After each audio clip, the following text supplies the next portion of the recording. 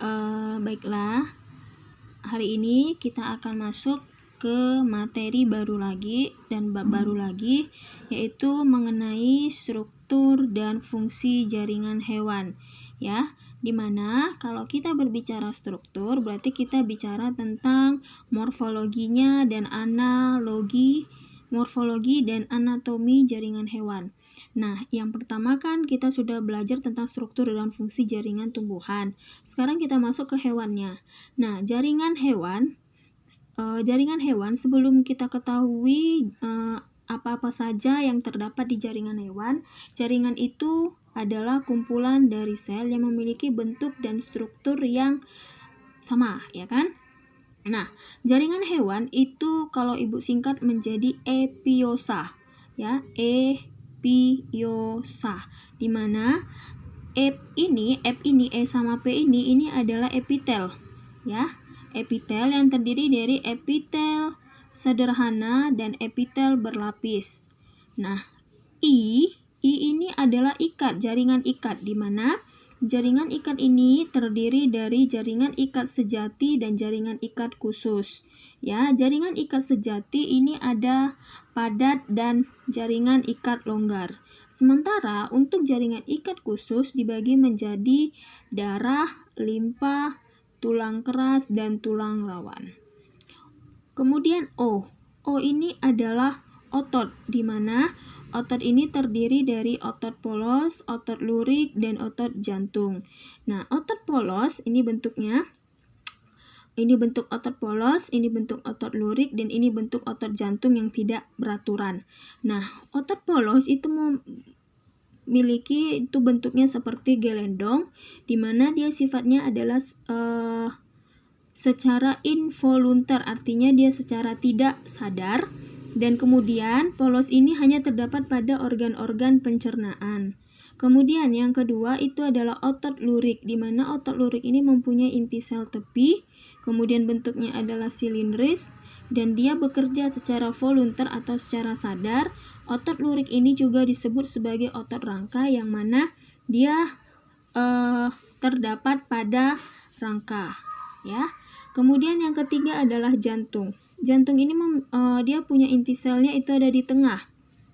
Dia punya diskus interkalaris dan juga sifatnya involuntar atau secara tidak sadar. Tidak mungkin kan kita bisa menghitung berapa detak jantung kita, ya kan? Jadi sifatnya adalah secara involuntar. Kemudian ada lagi yaitu tentang saraf.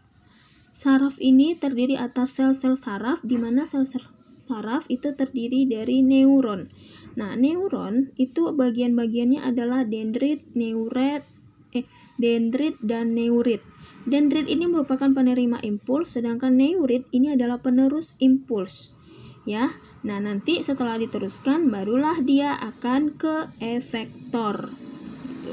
Jenis-jenis neuron apa? Jenis-jenis neuron ada 3, yaitu sensorik, di mana sensorik ini impuls itu nanti akan diantarkan ke sistem saraf pusat. Sistem saraf pusat berarti otak, ya. Yang kedua itu motorik. Motorik ini impulsnya itu nanti dari sistem saraf pusat akan menuju ke efektor. Nah, efektor ini adalah penggeraknya. Ya, yang ketiga adalah konektor. Konektor itu adalah sebagai penghubung. Gitu. Oke, kita masuk yang pertama yaitu mengenai jaringan epitel.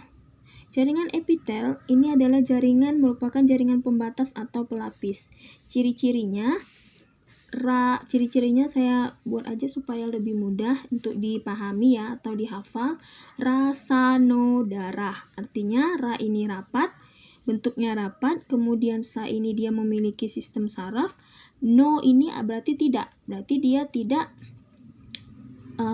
ada darah. Tuh. Epitel ini kan dibagi menjadi 2, epitel sederhana dan epitel berlapis. Nah, untuk epitel sederhana itu bentuknya adalah selapis, ya, dimana selapis ini dia terdapat jaringan epitel selapis pipis, selapis kubus, dan selapis silinders, ya. Nah, pipi ini dia berfungsi untuk berdifusi. Difusi sebelumnya kita sudah belajar pada transport sel ya. Dan filtrasi itu adalah penyaringan. Contohnya adalah alveolus, pembuluh darah, pleura atau selaput paru-paru. Yang kedua adalah kubus. Kubus ini dia fungsinya sebagai pas. P itu adalah proteksi, A ini absorpsi, dan S ini adalah sekresi. Contohnya apa? Contohnya adalah kelenjar ludah, kelenjar keringat, ovarium, nefron, atau ginjal. Yang ketiga adalah silindris ini. Silindris. Nah, fungsinya adalah pas juga, ya, berarti berfungsi sebagai proteksi, absorpsi, dan sekresi. Contohnya dari lambung sampai dengan anus. Gitu. Kemudian ada lagi yang namanya epitel berlapis. Epitel berlapis ini terdiri dari pipi, kubus, silindris, dan transisional. Di mana pipi ini fungsinya adalah sebagai proteksi atau pelindung, contohnya terdapat pada esofagus, telapak kaki, dan vagina. Kubus ini fungsinya adalah sebagai sekresi, contohnya adalah kelenjar susu, testis, dan folikel.